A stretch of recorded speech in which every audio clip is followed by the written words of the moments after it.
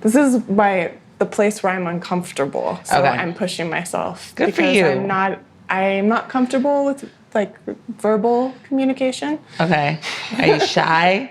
I'm shy and I don't trust the thing. Like, I think some people are just great orators and I'm just not. Like, it scares me. But you're an amazing dancer. Oh. You talk through your dancing. Thank you. For sure. That's like love. Like you heal through your dancing too.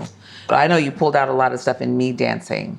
And it's just like release. It's almost like there's all this stuff inside of you. And as you're dancing, it's like pulling it out. No matter where you move, you're pulling whatever it is somebody else is going through out. And it might be why you feel depleted too. Wow. When you're dancing. Wow. You know, after you're done dancing, it's like, oh my God. Yeah. It could be other people's energy too, because you're helping people, because it's beautiful. It's beautiful. So that could be your communication. Yeah, I talk.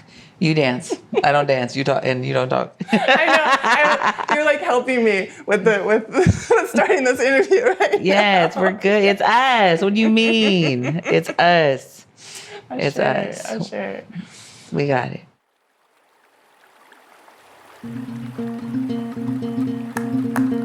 I walk up to Lucy Taylor's apartment building and reach for the keypad. Where her name should be, there are these words written instead: a love story.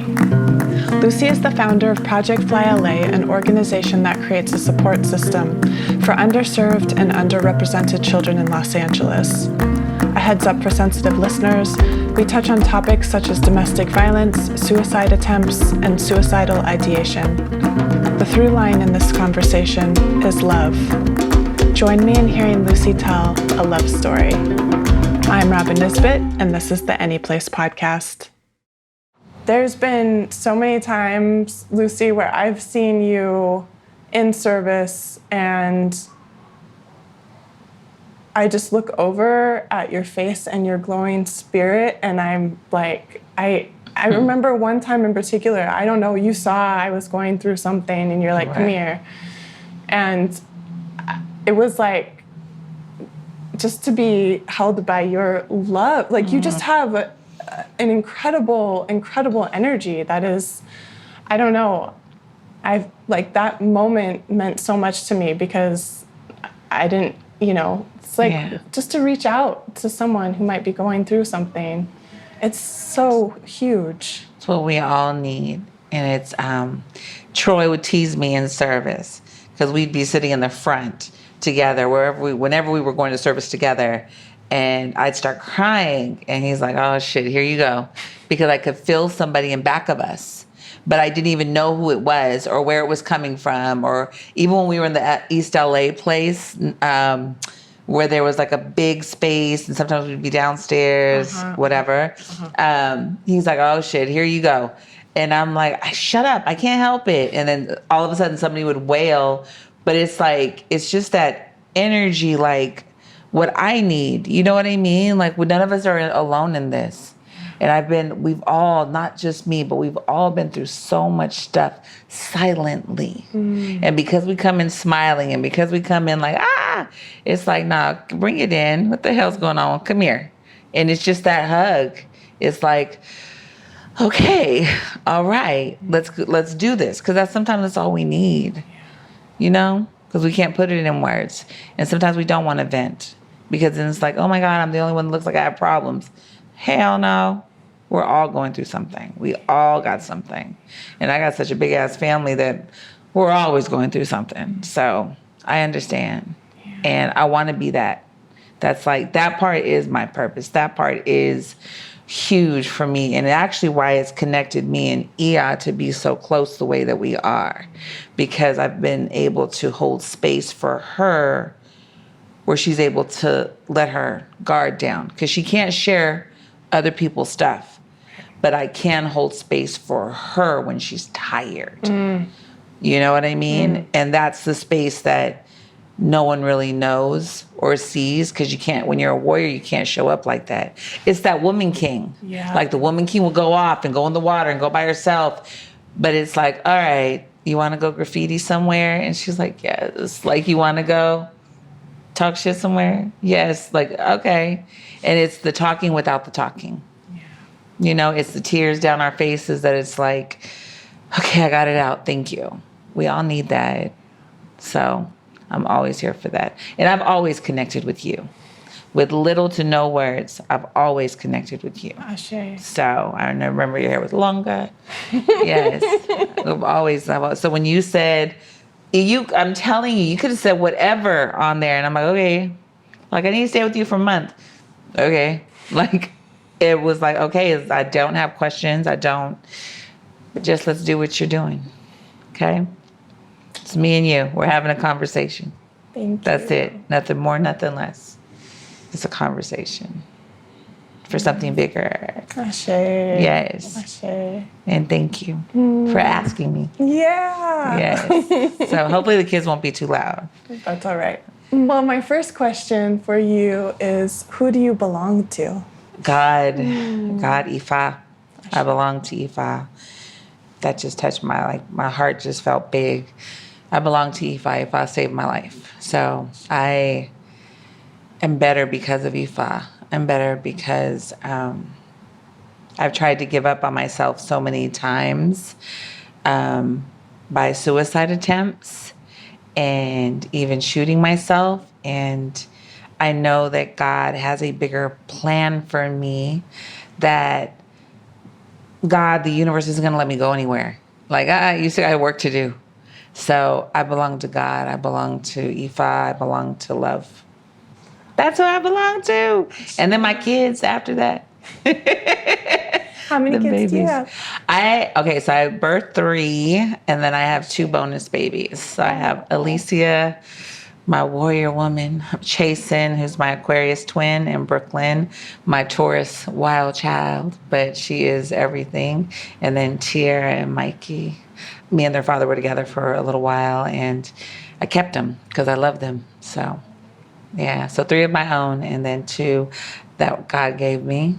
And then I'm an auntie to the universe. Ashe. I'm an auntie to all the babies. You are. Yes. You carry such a special energy. There's so much like Egbe and Corey energy around you.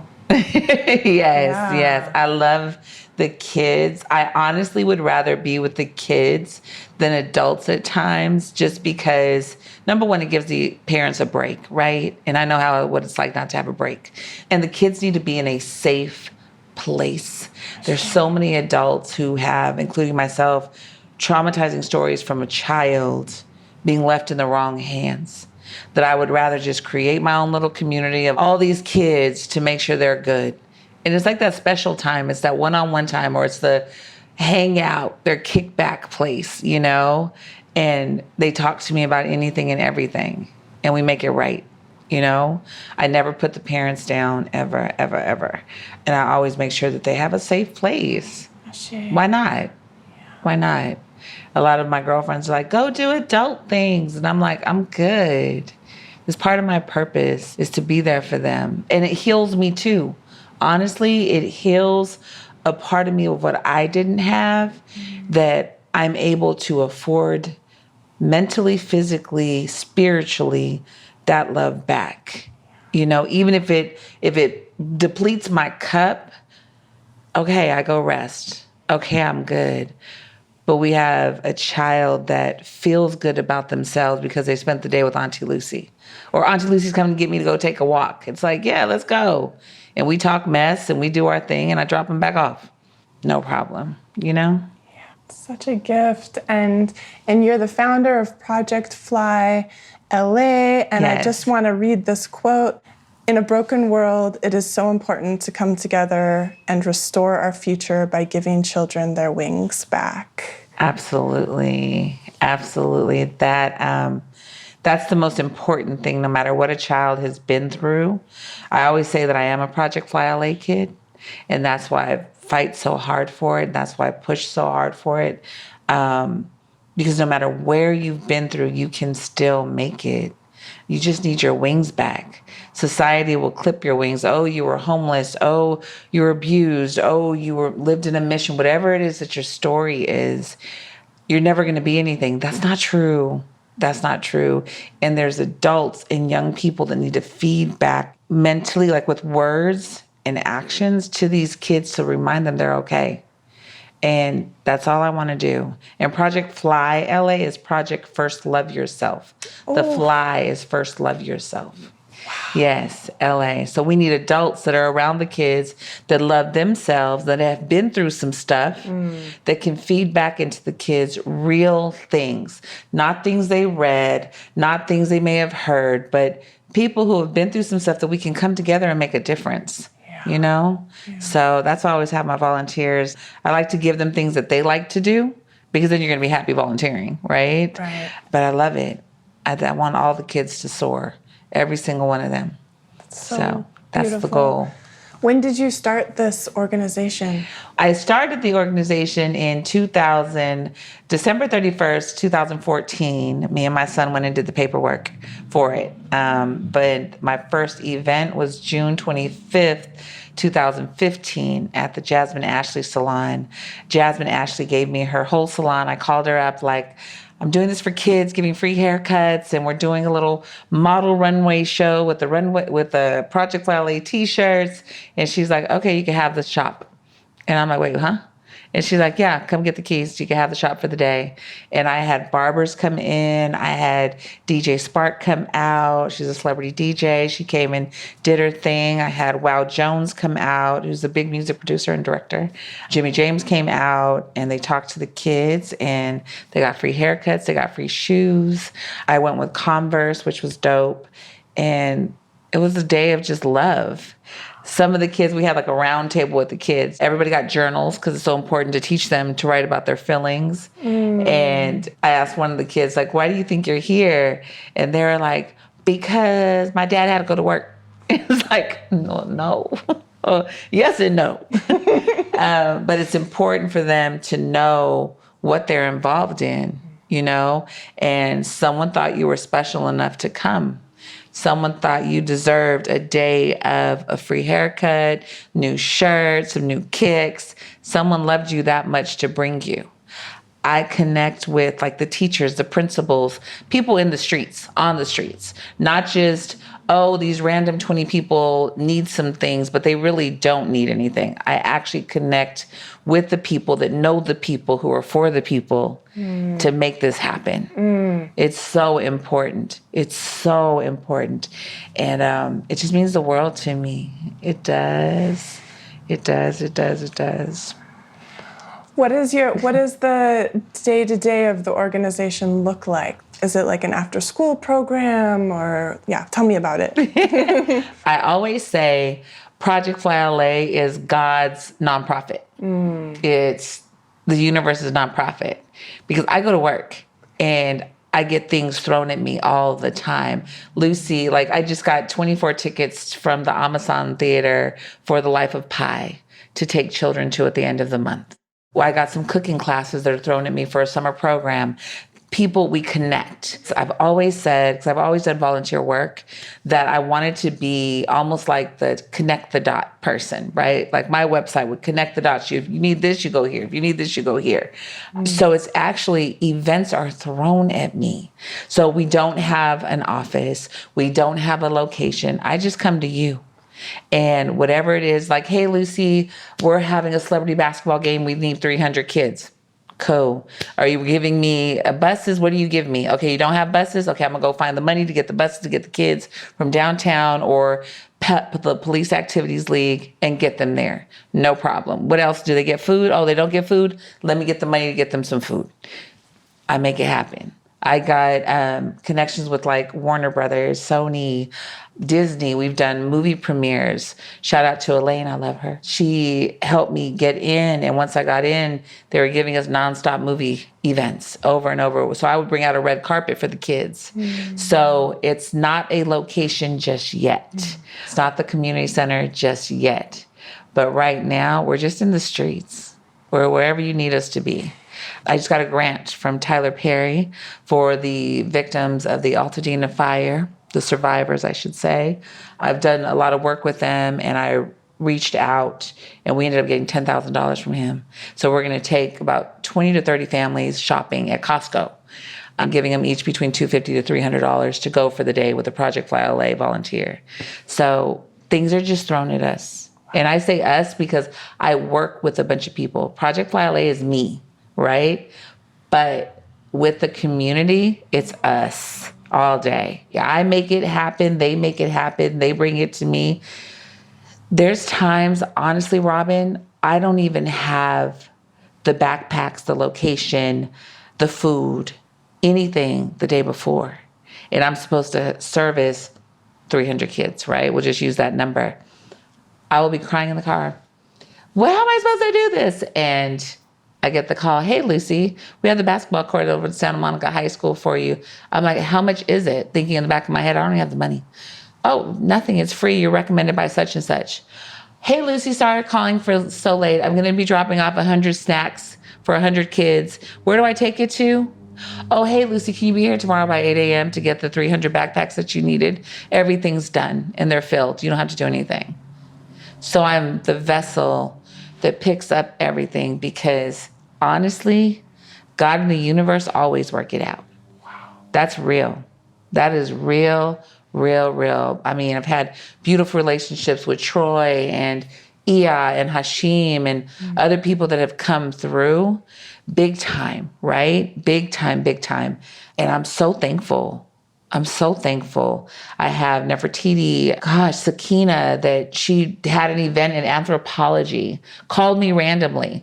I'm baking goods for anthropology. I'm doing this whole sale, ends up donating like almost $500 from that one cookie sale, like randomly, you know? So I just think that when you put good work out there for Project Fly LA, it just keeps coming back. So we're not a location, we're all LA. Where are we? We're in LA. Where are we? We're in Vegas. I drove Christmas toys to Las Vegas with a migraine to take care of a family with 7 kids who were sleeping on the floor with no Christmas tree. We brought them everything. It's just what you do. I don't care where you are. If I can get it to you, I'm going to get it to you. That's it. That's it. So Project Fly LA is everywhere. I mean, you have such a beautiful bright light, and when you talk about Project Fly LA, like just the glow, it's like it's incredible. It's incredible that you've brought this into being, and like you're so truly in your purpose for for being here. It happens. It's not mine. It doesn't belong to me. It's not. It's bigger than just the logo on the shirt that my bonus daughter created here, which I love it with the wings because that's the soaring, right? Yeah. And then the Project Fly LA is actually written in a font that's like a child's writing because it belongs to them, right? So I get joy when I see people wearing the hoodies.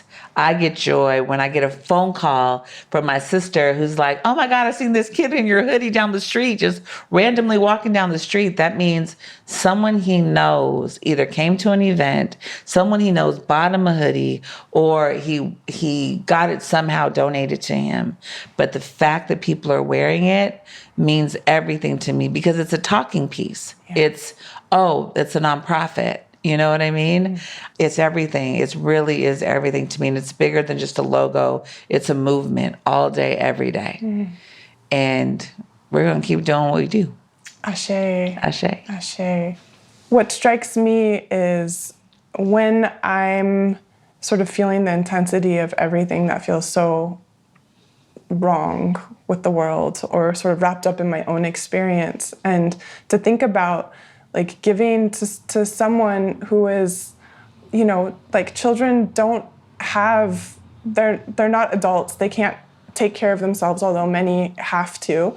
And like just to think about this, like this thread of hope of being able to let a child be a child. Will you speak a little bit about that? So for me, in the quote, with the coming from a broken world, society pretty much every day reminds us of who we're not. Yeah. Right? And so it's so important, even with adults, that we are extending that love, that we are giving even adults their wings back. How many times do we walk in a room and we feel defeated? Somebody else's hair's done a different way. Someone else's body looks a certain way. You don't feel good enough. That's the thing that we have to break out of and like let go of. We were made exactly how we are supposed to be. We're supposed to all be here. The trials and tribulations are just that, trials and tribulations. Like, it's so important that we look at ourselves more like a disco ball. Like, yeah, broken. Okay, this was broken. Okay, this hurts. Okay, that was that. But we're this magical disco ball that shines and shines through everything. Have had so many family members try to destroy where I've been and where I've come from. Even with Project Fly LA, even mentioning like, oh, it's just a brand. Like, no, or your brand is built on your pain. You love to live in the past. No, I actually talk about the past because it shows where I've been and it shows where I am. So when society continues to want to keep you broken and doesn't want to see that you're evolving and that you're trying, it's so important to have an outlet that tells you you're okay, that tells you you're going to be okay, whether it's a child or our inner child, because we've all had heartbreak. We all walk in a little insecure, a little, I don't feel too good about myself right now. And people remind us, like, oh, remember when you went through that? Oh, remember when you weren't healed from that? Oh, really? That's what you're doing now? So just imagine a child hearing that all the time. You're never going to be nothing. Oh, you're overweight. Oh, you're stupid. Or, oh, you're never going to go to college, so just go get a job. That's not true. Okay, so maybe they don't want to go to college. Maybe they can't afford to go to college, but they can go get a trade. They can own a business. There's so many other things that we could still do. And if we instill that in each other and we pick up all those pieces together and make that disco ball, we're all going to be fine. We got to love each other though. Seriously, you can tell me about all of my flaws, but can you tell me what you see in me? I made a mistake. People have made mistakes. Kids have made mistakes. But tell them what you see in them. Their brightness. Seriously, like that's what we need in this world.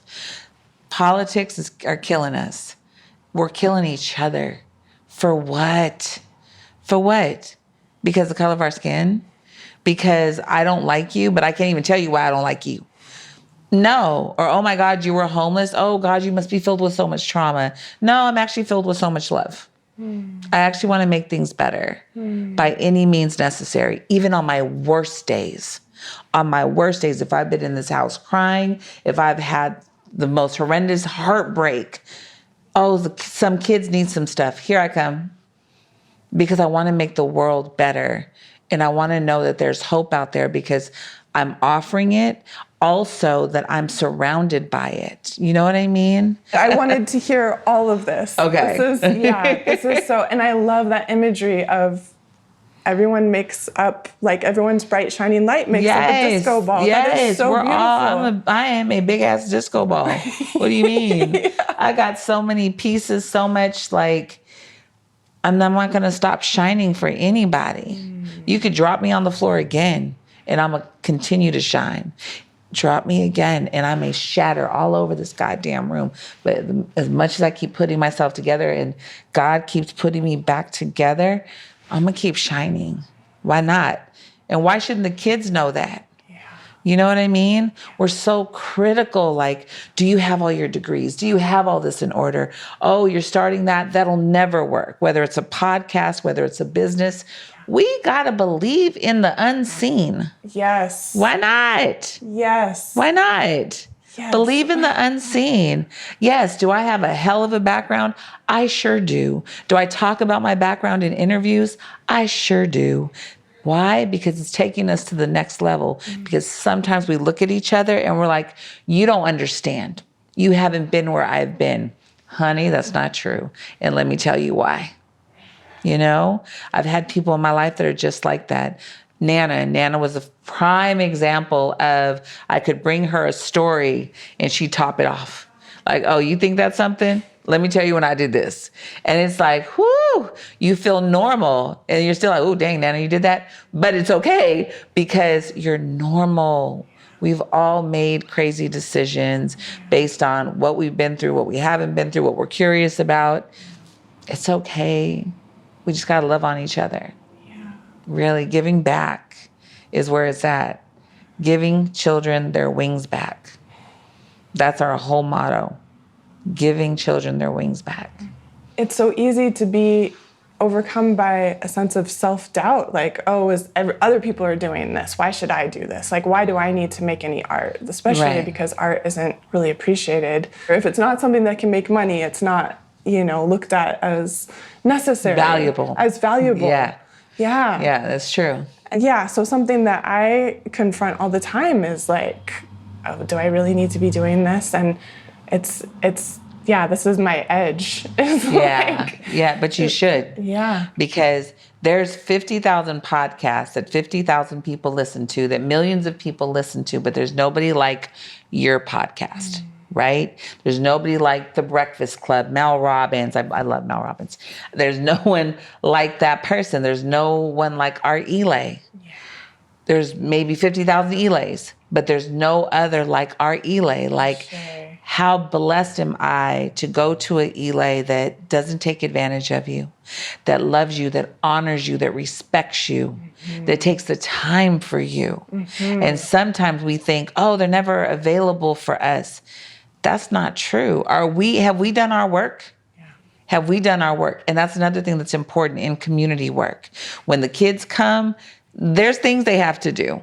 There's things we have to work together. And if the parents are involved or are in the kids' lives, I need the parents to make it work too. Because I can't instill things in your children or bring people in to instill things in your children if you're not doing it too. Yeah. It's going in one ear and out the other. You know what I mean? So I just feel like with any nonprofit, not just mine, because if I can't get it, I'm going to find somebody that can.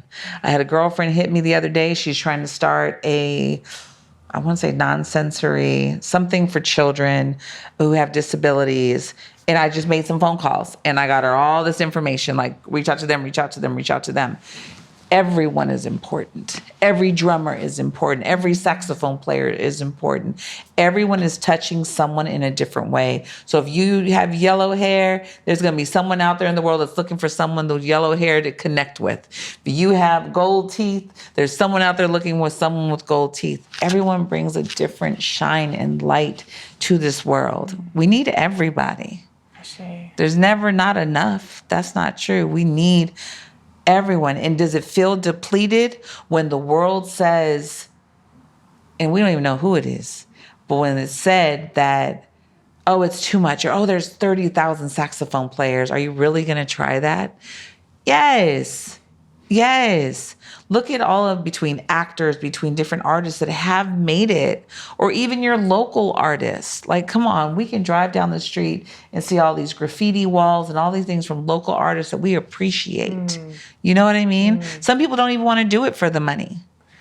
Right. Some people don't even want to do it for the money. They're doing it for the love because they fall out of love with it because there's such a high demand to be something that you weren't when you started.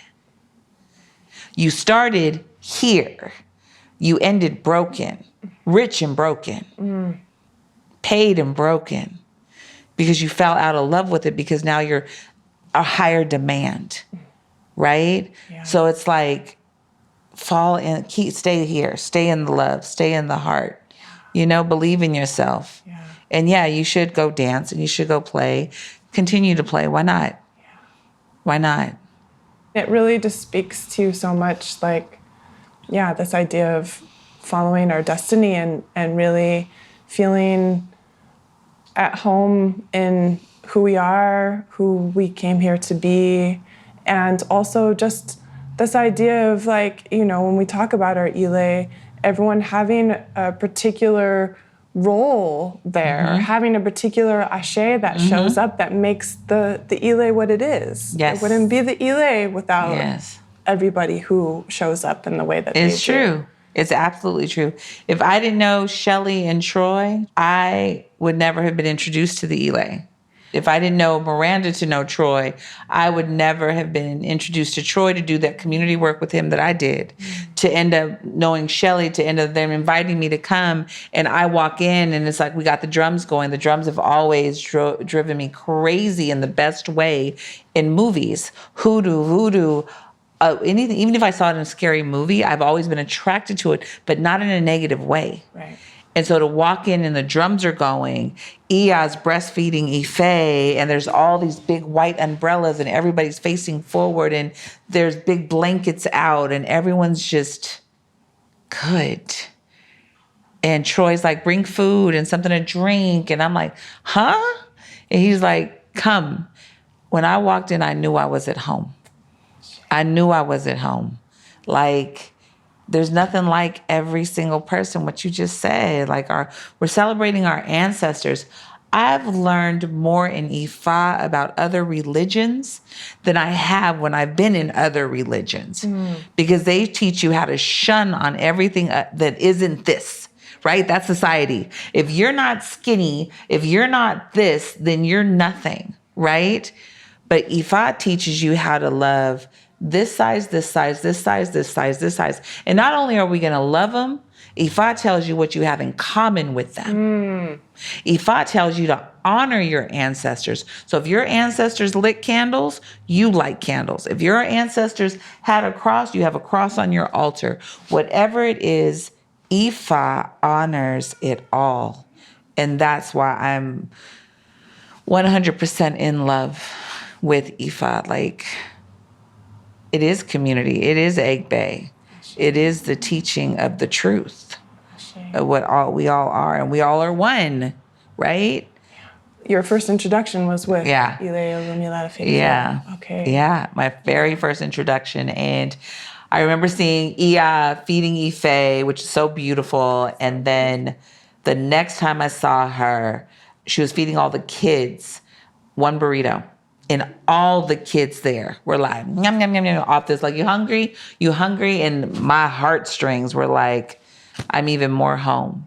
And then the third time she came in, I was sitting in the front and she walked in and I looked over at her and whatever it was in me was like, sit up straight. And I'm like fixing myself. I sat up straight because her presence called for that woman. Right? Shoulders back, head up. What are you doing? And I didn't even know her. I knew nothing about her. But it was that warrior. It was that sit up straight, hold yourself as a woman, as a lady. And it was so crazy because we had yet to connect. And then we did the Oshun celebration on the beach. And her and she called me over to come down with her to pray. And they had threw sunflowers out into the water. When we went down to pray, the water went through my hair and the sunflowers landed on our hand.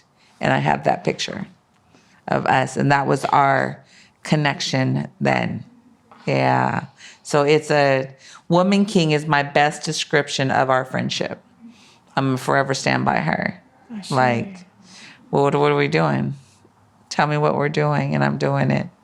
Because that's how it should be, right? And she's held me in some dark places. Even though I always had Project File A and self-esteem building and all of those things, I still needed to heal. I still had work to do. I'm still human, right? So even when I dealt with suicidal ideology, it's like, you know what? I'm out of here on Saturday. Then it's like, hey, Lucy, can you come feed 20 kids on Saturday? I'm like, okay, I can't do it Saturday. I got to go feed the kids. There was always a reason to where now I'm no longer her. I'm no longer that person that doesn't want to be here. I want to be here. And I'm going to continue to be here because I got work to do. Ashe. Yes. Yeah. Knowing a little bit about your story, it was so powerful this one time in service when you saw something wasn't right with me and you're like, come here. Yes. And I was just like, how did you know? And then, I think that's the other thing. We do so much comparing as human beings. And one thing I'm always like, well, my troubles aren't as bad as other people's, so why am I being so selfish or in my thing or whatever? But it's like, like you said, like we all need love and we all need support and we all need to be there for each other no matter what a person is going through. It's so true. We're hard on ourselves. We're so hard on ourselves, and it's not worth it. It's not worth it. And it's okay to share. It's okay. And I'm not going to have all the answers. I'm not going to have all the answers for you. I damn sure don't have all the answers for me, but I know I'm not giving up. I know I won't give up on you either. And it's that conversation, honestly, even with the kids, like, do you want me to give you advice on this, or do you just want to talk? It's finding the space that they're in, because sometimes we don't share because we don't want to hear it. We don't want to hear the "I told you so." We don't want to hear the "Oh my God, here you go again." No, can I just get this off my chest? Find those people. Find that tribe that you could just like, whew, all right, okay, I'm good. Or you know what? Can I just come sit on your couch? I just need to come sit. Like, okay, cool, let's do this. Sometimes the unspoken is the spoken too, you know? I really just want to show up and be everything that I don't have, I haven't had. I'm gaining, I'm earning. Like, Mia corrected me and she said, stop saying you don't need anything in friendships. Because I do. I need loyalty. I need companionship. I need respect. I do. And because they're so long, girl, I got it. I'm good. I don't need anything. I'm fine. But then I was always left with heartbroken relationships and friendships that I really didn't do anything to damage it. So I was like, wait a minute. Like I give. Lucy's here. Lucy shows up. Lucy's all the things. But at the end of it, I wasn't taking care of myself. So that's where the Project Fly LA, first love yourself. Take care of yourself first. Make sure you're good first. Make sure you have a bottle of water before you hand out bottles of water. And then take care of everybody else, right?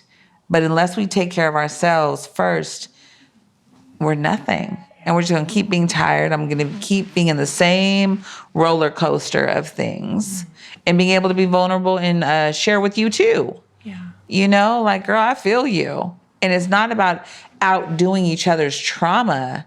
It's saying, I get it. I get it. I'm going through some stuff too. And that after check-in. And that after you good. And saying, no, I'm still not good. Being honest. We got to be honest with each other. We got to be real with each other. Like, no, it's still bothering me. Okay. That's real. Because you could tell me you're good and walk away and you're still hurting. Like, no. We should have a tribe that we could tell everything to. And if we don't, find your tribe. Find your tribe. That's just how I see it. I keep finding my tribe. I keep adding to my tribe. Like, why not? Yeah. Just love.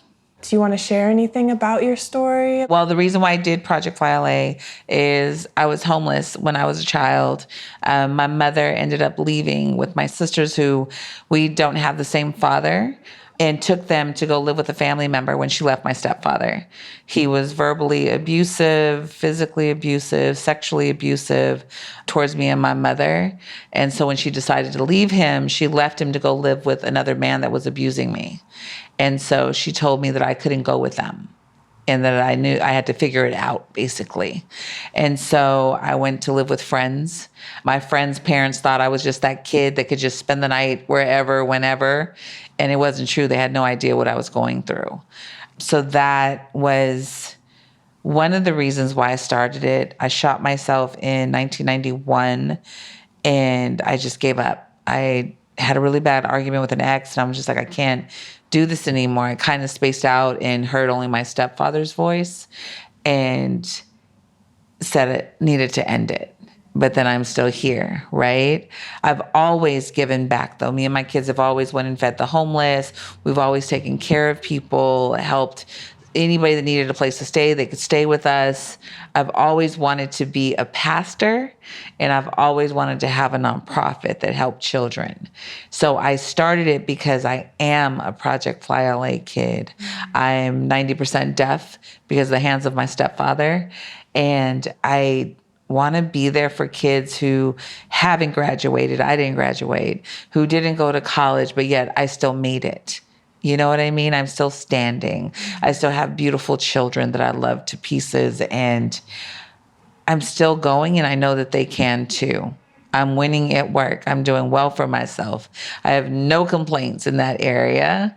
And I know that they can make it too, no matter what's stacked up against them. You know, oh my God, I dated a drug dealer who was extremely abusive, broke my arm, shattered my ulna bone, would keep me in hiding because he kept me beaten so badly that you couldn't even recognize my face for like weeks at a time. I've been through it all. Honestly, took care of my mother, who's still a drug addict to this day, off and on for many, many years, half raised my youngest sister, which all of that, when you have an abandoned parent, causes chaos for your siblings, right? Because then the eldest becomes the mom, and there's no one to blame or take accountability. So it ends up being the eldest. And it's hard. It's difficult. But Project Fly LA is that safe place for the kids to restart, to be okay and know that they're going to be okay and find resources for them to be okay. So I started it because I am those kids. I am what society said shouldn't have made it. I'm standing, I'm walking. I have a scar from here all the way down my stomach from when I shot myself. I have domestic violence scars all over my body, and I'm still here. I'm not in a abusive relationship. I'm not an abusive person. There's not one thing I haven't been through, honestly, that I should have given up. I should not love. I should not want to help any child. I should not want to love my siblings. I should not want to love anything, but yet I do. I fall in love all the time. I do. Like the Elizabeth Taylor of love. I fall in love all the time. But I think that's the God in me, right? Like, as much as it's hard and as much as society says, give up, you'll never be nothing, that's not true. That's not true. If we stay around the people that love us and we find our tribe, that's why therapy is so important, and encouraging to get help and encouraging safe places. You know, I'm just hoping that Project Fly LA is something for that, for children, that when they get older, they remember. Even if it's just one event that they came to, they remember. But yeah, I started it because I am it, and will continue to always be a Project Fly LA kid because we got cool events. I want a hoodie. we do good stuff. So I don't know. I love what we do. And I keep saying we, and a friend of mine corrected me, it's just you. And I'm like, you know what? But it's not. Because if I didn't have this vendor and this person, this person, and this person, it wouldn't happen. You know what I mean? It's God's thing. I'm just doing what I'm called to do. And so Project Fly LA will continue to grow and continue to be everywhere. Like, well, there's no limit. Ashe. There's no limit. I promise you that. Yes. I love that. Yes. I love that. I do believe that everything that I've been through, number one, has made me who I am today, which that's like, oh, that's common sense. But it's not, because that could also damage you. That could also say, I don't deserve love. My family hates me when I stand up for myself, or when I have these interviews, or I have these podcasts, these interviews even with podcasts, they've actually been thrown back at me. Like, why did you say this? And why did you say that? And how dare you say this? And it's like, I wasn't saying it to hurt anybody. I was asked my truth on what has happened and what my experiences are. And I'm not here to hurt anyone. But that's society, right? That's society on the whistleblowers. That's society on the people who say, I'm going to tell the truth about our family. I'm going to tell the truth about my job. I'm going to tell the truth about what's going on in America right now. Society hates those people, because how are you making us look? Yeah. But what they're forgetting is what happened. What did that person go through? And I feel like we have to coddle everybody instead of dealing with what actually happened to make it right. Like, let me make sure you feel okay. Let me make sure you feel okay. It doesn't take away from anybody else's experiences. I have two amazing sisters from my mother who we've all went through trauma with my mother. When I was not in the house anymore, they went through their own trauma with my mom. That was huge. We've all got our own stuff, but even doing Project Fly LA work has came in between our relationships, which is unfair when I'm here because I'm in this movement. I'm moving forward with these children and with these families. That's my destiny, right? And sharing my destiny doesn't mean I'm putting down my sisters or I'm diminishing what they went through because they went through a horrific past as well. However, I'm going to continue to do the work. I'm going to continue to go out here and speak on it. I'm going to continue to say I'm the first person in my mom's family to make over $100,000 with no high school diploma, with no college education. I'm out here working, busting my butt, making it happen. I'm in therapy. Am I perfect? No. Do I make mistakes all the time? Do I say the best things? No. I am human as human gets. I am that disco ball, but what I will not be is done with this earth. So people can say what they want. People can be mad at me for existing. Take that to God. Take that to Ifa. Have our ancestors talk. Yeah, that's right. Okay? And I bet you fall in love with me. Have our ancestors talk because I'm here to love on people. Have I done everything right? Absolutely not. But I am here and I'm not going nowhere. That's real. That's real. And I think that's so important for people to hear and so important for me to hear and remember is like, we are human. We make mistakes. And I think we're in this culture of like, you cannot make any mistakes. That's not living. No, it's not living learning. at all. It's not living at all. We're so hard. Like, I can't forgive you for X, Y, and Z. But haven't you ever made a mistake before? I don't need you in my life. Like, families are breaking behind mistakes that are so trivial.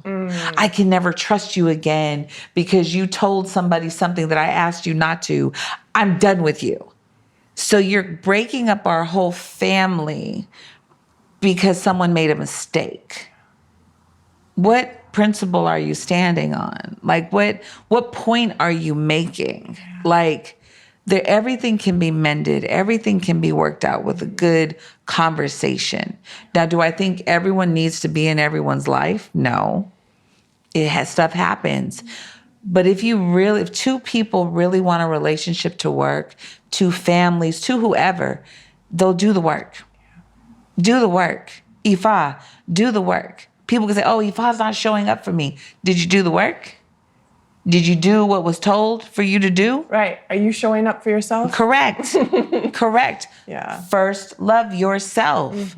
That's what it's all about. We can't expect everyone to take care of our things if we're not taking care of our things, right? So I know when we're up and coming, people can feel guilty. Like if you have siblings and you went through trauma, they could feel guilty for what you went through, but it wasn't their job to take care of that. They were kids too. Me and my siblings do it. Like, it's like, no, that's not what I'm saying. I don't need you to protect me. I need our mother to protect me. That's not on you. It's on our mother. You know what I mean? In society, in friendships, instead of encouraging the negativity in friendships, be that person that sticks up for the other person, that says, you know what? Let's bring this all together. Let's talk this out because we've been friends way too long to have this misunderstanding. Politics, like, okay, we don't agree on everything, but can we fix the stuff we do agree on? Yes. Can we focus on that? Let's make the list of all the stuff we do agree on and let's work through all of that and we'll get to the other stuff later. Yeah. Like, we're living in crazy times right now. We need support. And in order to have support up here, we need to have support down here. But that's also showing up real. Yeah. That's also showing up, I love myself, you love yourself. And if you're doubting yourself, that we're honest with each other as women, as men, like, come on. We all need each other. We can't get through this life without each other. No. We can't. It's so important. Our egg bay, our ancestors, it's so important. I feel like it's a fad, honestly. I was with she's going to kill me for this one, but it's okay. I definitely want this on the interview. And this is about Ifa. We went to New Orleans, me and my sister, for her birthday and her husband. And we were going on a Maria Laveau, I think I'm saying it right, the tour in New Orleans. And I might not be saying her name right, so please forgive me. And they started talking about the Orishas, and they started talking about voodoo and hoodoo. And this gentleman that was there with his son was like, they asked him a question, the little tour guide. And he's like, oh, that's just witchcraft. And that's just this. I had my Oshuns, I had my lekes on, I had my Oshun t-shirt on. And I was like, that's not true. Like, where it's actually built on love and it's built on this. And actually, Ifa, voodoo, hoodoo, any one of them are against people who use it in a negative manner. We don't promote that. None of them do, honestly. And so by the end of the tour, the young lady, basically let me take over, right? And there's only so much I knew at that time. I still have a lot of studying to do, but I know the goodness of what we all practice. And so at the end of it, my sister looks at me and she says, oh, now I can tell her mother-in-law that you're not worshiping the devil. And I looked at her and I was like, the fact that you would even think that I would do that is crazy. I take it here. When I say the fad, now people are honoring their ancestors around Halloween. They have the ofrenda, right? They have all their stuff out, and yes, it's right to honor your ancestors. But when we've been doing it, people have been looking at us like we're crazy. People have been looking at us like this is witchcraft. This is not witchcraft to pray to your grandparents for guidance. Right. This is not witchcraft. This is not bad that we go to the ocean and ask for a cleansing when every day we take a shower. It's not anything bad. And the people that practice Ifa or voodoo or hoodoo or Santeria, if I'm even saying that correctly, they know the goodness. Are there people that make it bad? Yeah. Are there people that do hexes? Absolutely. But that's not what we practice. So society will condemn you and say, oh my God, I see these feathers in your house. I see this Palo Santo. I see the Orishas. Oh no, what are you doing in here? What's going on in here? You'll shun on it, but you really won't sit down with me so I can tell you about the holy water from Mexico that's in there that my cousin brought to me. You're not going to ask me about all those beautiful people that are now my ancestors and guiding me. You won't ask me about my Ikeen and how it held COVID when I almost died. And when I put gin in my mouth was on fire. I sprayed it 3 times like we're supposed to. I covered it. When I came back from the hospital and I opened it, it was mold. Mold. Black mold was filled in my Ikeen. When have you sprayed your Ikeen with gin? Never. Mold. Whoa. Mold. That's how sick I was. I crawled to my altar. And I got it and I sprayed. My mouth was on fire. When I came back, all black mold inside. That's how sick I was. When we're supposed to go there and it's supposed to hold our tears, hold our feelings, hold our emotions for us, black mold. That's how sick I was. Wow. So no one can not tell me that Ifa is not real. No one can tell me that Project Fly LA is not a movement. It is not a movement. You want to call it a brand? Okay. It's not a brand, boo-boo. It's a movement all day, all night. I'm going to show up. We're going to show up anywhere, everywhere. If you got somebody in Italy that needs something, I'm going to send it to Italy. Okay, what are we doing? That's all I want to know. What are we doing? When are we doing? And how are we doing it? That's it. That's it. This is true. These are all true stories. I think the biggest thing about our culture and community is that we need to keep it community. We need to focus on love. We need to focus on grace and not selective grace. Not, I can go to a church and feel bad for all these people, but your sister or brother could have went through the same thing and you judge them. Oh, they're crazy. Oh, they have mental health issues. Oh, they do all these things. But weren't you just crying when you watched the movie?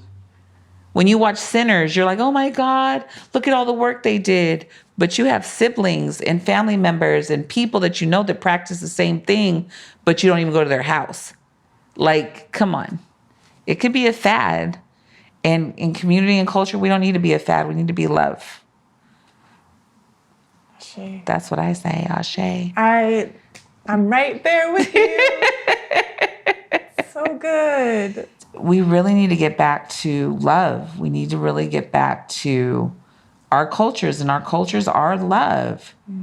We were pushed into things that we didn't want to be in. We were pushed into seasons of life that we were minding our business. If you think about it, we rewind the tape all the way back years and years and years ago. Everyone was minding their business until some dictator came in and said, no, we need to hate the people on Edgemont. And it's like, oh shit, do we? We need to hate them? Oh, well, they do have a red building and my building's white. So hate them for nothing. We literally hate people for nothing. And then we start killing, and then we start taking away the love, and we build more hate. But if we go all the way back, it was nothing. It was a rumor. And here we are. They're taking our money. What money? They're taking our riches. What riches? Get out of here. I didn't even visit the Queen's Castle when we went to London because they have all of these stolen items that don't belong to them. Speak on it. Get out of here. Yeah. I'm going to go visit stolen items. Huh? That makes no sense. That don't even belong to you, but they're yours. Got it. No. Will you tell one of your stories from Sedona? Oh, yeah. God, there's so many. There's one when we all took a walk into this huge vortex. And at the top of the vortex, everybody planted themselves, like around. Like you had women that were on some rocks, some other women on some other rocks and benches and just all over. Because there was 29 of us. And I put myself at the top of the vortex. This vortex was huge. And I put myself in the front of the vortex. And there was like a wishing well almost in front of us, right? There's this huge, big ass vortex. Sorry for cursing. And then there's this little wishing well almost with like dirt in it that you can rub your fingers in. And I'm praying around me. And then all of a sudden, I open my eyes and there's other women surrounding me and I start praying over them. And it took me to a whole different high. Like, I don't do drugs, but this was on some spiritual, it was like it was my calling. You know, I've always wanted to be a pastor, but to have those women lean in. And I'm praying over everything that they wanted me to pray for. That I didn't even know that I'm touching and saying the things that they needed to hear on what's going on with their life. And then other people were taking pictures and videos and I didn't even know that was going on either. But it was, I keep using the word magical because it's universe magic, it's spiritual magic. It's this opening of their healing, right? Of what they're going through, what I was going through, what I needed to be let go of, what they needed to let go of. After they dispersed, I started praying because I just got out of a really bad relationship with a Libra. And so everybody's dispersed and going and sitting in their areas. And I look up and the girl in front of me has a shirt that says Libra on it. And I say, okay, God, tell me what is it I need to learn? Because I need to get away from these Libras. All I hear is take the happiness of what they bring to you. Because I've dated a bunch of Libras. And just take the happiness. That's all I hear. I'm praying. I go back into prayer and I'm like, okay. I'm like, what do I need to do? This other girl is sitting on the right-hand side of me, and her shirt says, just love yourself. Okay? I'm like, okay, got it. I'm listening. I'm here. I'm listening. I just want a healthy relationship. I just want to be with someone that loves me, that will take care of me and be there for me. I look over to the left-hand side and I see this woman sitting there, and I said, I want someone beautiful like her. Like, I didn't even know this woman. Hadn't even spoke to this woman the whole retreat. Me and this woman ended up dating off and on for 7 years. Like, in my life, but she wasn't healed. There was things that she still needed to grow from, and I helped her through a lot, but we just weren't there. But I had this magical experience of loving what I needed to love out of something. On the right-hand side, just love yourself. And on the left-hand side, love is possible. Love is possible. Don't give up on love. It took me to get through her to love myself even more. So that in itself was huge for me. And now, like, I'm about to get married this year, and yes, I have beyond found the love of my life, and she is magical, and she is magical. And I got to meet her. Yes, she is everything that God promised me. It's everything that's written on my altar that I wanted in a woman. It's kindness. It's all of these things. She's teaching me patience because I'm not patient. When you've been so independent and so trauma-filled that you just have to keep going and make sure everything's okay, she's like, sit down. Like, take your time. Take your time. When I've lived in fear and I've lived in gotta go, Lucy has to do it. She's like, nope, I got it. And I'm listening because I don't listen. I'm listening and I'm thankful, and it's such a different space. One of the things that solidified it for me with her is that I told her that we had to go through IFA, that we have to talk with them. We need marriage counseling, all the things. And she's like, okay. I'm like, done. I'm not pressuring anybody to follow my religion or do me, but there has to be an understanding of who I am, who you are, and what Ifa says that we need to work on. Yeah. And I'll do my work, and I know she'll do hers. I love that. I'm so happy for you, Lucy. Yeah. We're actually talking about going to Sedona. So that's one of our places to go. It's magical. So Sedona taught me how to let go, how to be myself, how to love myself. The vortexes have taught me you can go somewhere and sit down and truly be one with the earth. 1,000,000%. 1,000,000%. It has also taught me how private spiritual experiences and rituals are supposed to be. They're not meant for cameras. They're not meant for videos. We had an experience around the bonfire. We all sat around the bonfire. I didn't hear them when they said, don't take pictures or videos. I didn't hear that. So I'm sitting there, there's all these women. I think it was either 29 or 39 women all around. And so everybody's going up and they're putting their fears and everything in this fire, right? They're letting it go. I'm snapping pictures. We leave the next day, everybody checks out. We're on our way home. I'm on my way home with the lady that ran the retreat and two of our friends. We're driving and I'm like, oh my God, I forgot I had pictures from last night. They're like, Lucy, you weren't supposed to take pictures. I'm like, I didn't know that. So as I'm looking through the pictures, I'm seeing ancestors in the pictures. I'm seeing cowboy hats, people, they saw it. I'm seeing spiritual animals in the pictures, full-on German shepherds sitting next to women. Like, not just a shadow of what may, full-on dog that was not there that night physically, but was there spiritually. And then they start being scratches on the pictures. scratches. Scratches behind them, 2 scratches in front of them. Scratch, scratch, scratch. On the picture. There's no way.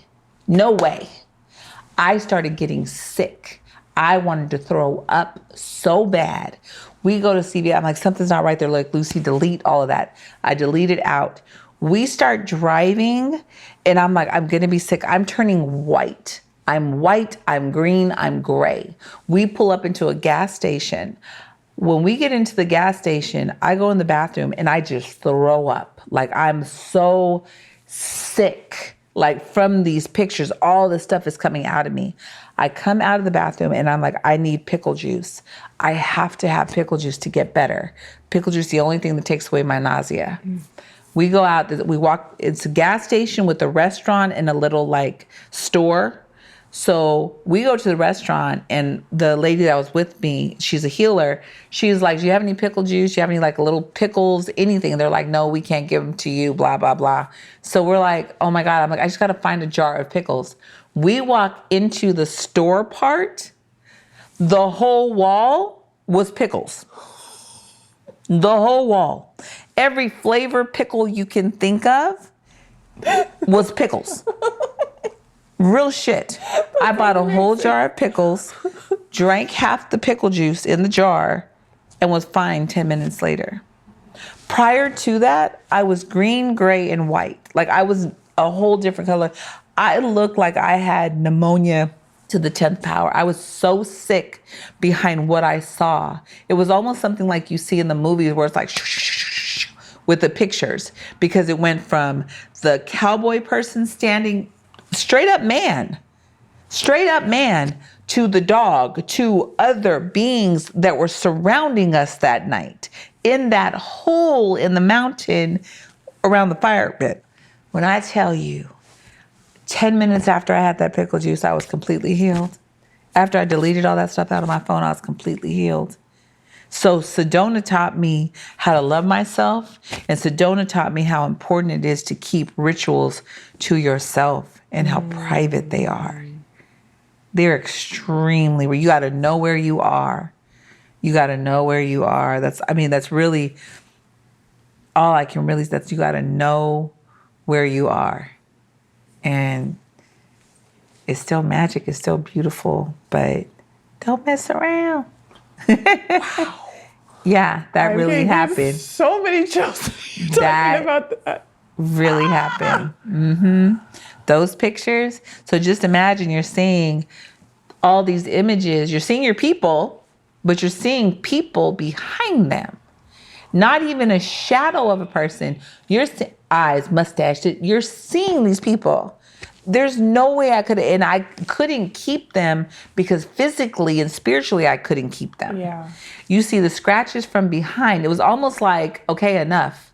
Yeah. Okay, enough. Okay, the scratches are behind the shadows. The scratches are behind the shadows. Now they're coming in front of the people. Now the picture, the scratches are almost coming like this. Like enough. Like they went from a scratch to scratches to scratch, scratch, scratch, scratch, scratch. Like, how'd that happen? I wasn't even by the fire, so it couldn't have been flames flickering. This was them saying, turn that shit off. Yeah. Sorry, I should be cussing. No, it's fine. Yeah. Yeah, so that's one of my stories in Sedona. That really happened. That's amazing. We called on the ancestors out there. Women were crying and shouting and letting go and releasing. We were there with women from in their 20s all the way into the 80s, talking into their 80s, speaking on trauma that they didn't heal from. And I looked at the 20-year-olds and said, I'm so happy that they're here. Now at that age, I had no idea to be at a retreat at 20 years old. And then I'm looking at the 80-year-old like, I don't want to be them, and have held on to this pain until I was 80. No, absolutely not. It taught me so much. I lost my best friend going to these retreats, but life happens. Realness happens. Like, healing is supposed to happen for us. You have to love yourself first. You have to take care of yourself first. You have to be your own best friend. Life isn't meant to be done alone. But you have to be so good to yourself that other people will be good to you too. You have to know your worth so that other people will know your worth. You can't change what they do. You can't change what they do to you, but you can change how you respond. I do know that. It's the let them theory, Mel Robbins all day. Let them, now let you. You want to live like this? I don't. You want to talk bad to me? I don't have to do the same thing. Let them, now let you. Project Fly LA, first love yourself. That's all you can do. Ashe. Yes, Ashe. Oh, so good. Lucy, did you grow up in LA? I was born in LA and left LA when I was 5 with my mom and my stepdad, and we moved to Vegas. Okay. And so I grew up in Vegas and then moved back to LA. Okay. Yeah. I love LA. I will never go. Oh, I can't say I'll never go anywhere, but I love LA. I do. I love being here. So the trauma and stuff I went through happened in Vegas. So I go to visit because my sister lives there and we have family there. But other than that, I'm good. Yeah. Yeah. What is your prayer? Oh, wow. That's a good one. Okay. My prayer.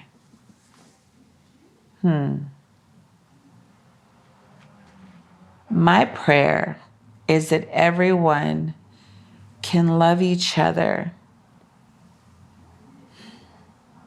and take care of each other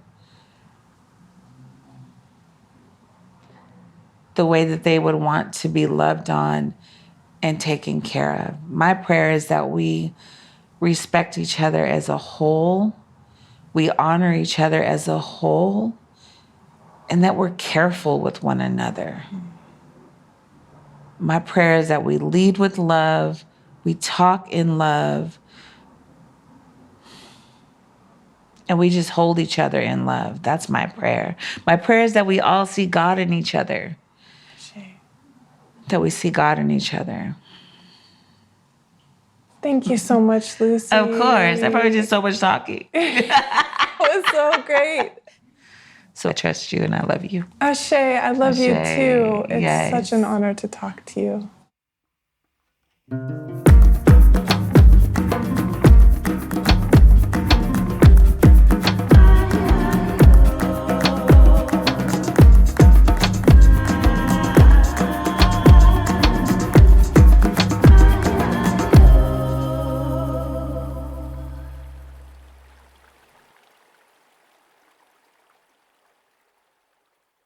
Thank you so much for listening today.